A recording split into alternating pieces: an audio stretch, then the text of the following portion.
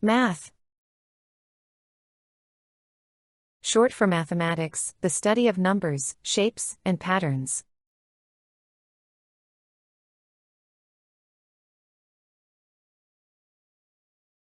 She is really good at math and helps her friends with their homework.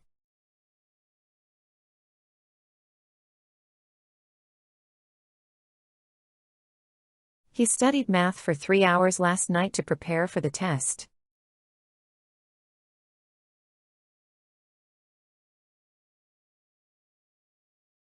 The math teacher explained how to solve the equation step by step.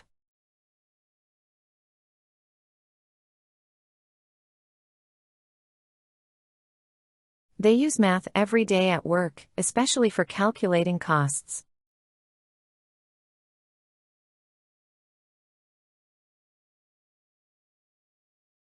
Math is one of the most important subjects in school.